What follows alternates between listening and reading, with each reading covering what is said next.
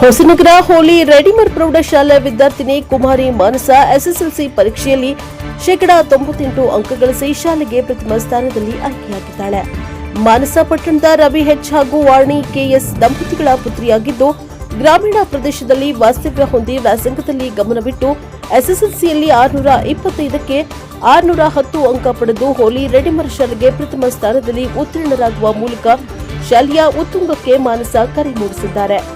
ಕುಮಾರಿ ಮಾನಸ ಕನ್ನಡದಲ್ಲಿ 125, ಇಂಗ್ಲಿಷ್ನಲ್ಲಿ 99, ಹಿಂದಿಯಲ್ಲಿ 99, ಗಣಿತದಲ್ಲಿ 97, ವಿಜ್ಞಾನದಲ್ಲಿ 90, ಸಮಾಜ ವಿಜ್ಞಾನದಲ್ಲಿ 90 ಅಂಕ ಗಳಿಸಿ 625ಕ್ಕೆ 610 ಅಂಕ ಗಳಿಸಿ ಶಾಲೆಗೆ ಪ್ರಥಮ ಸ್ಥಾನದ ಕೀರ್ತಿ ತಂದಿರುತ್ತಾರೆ.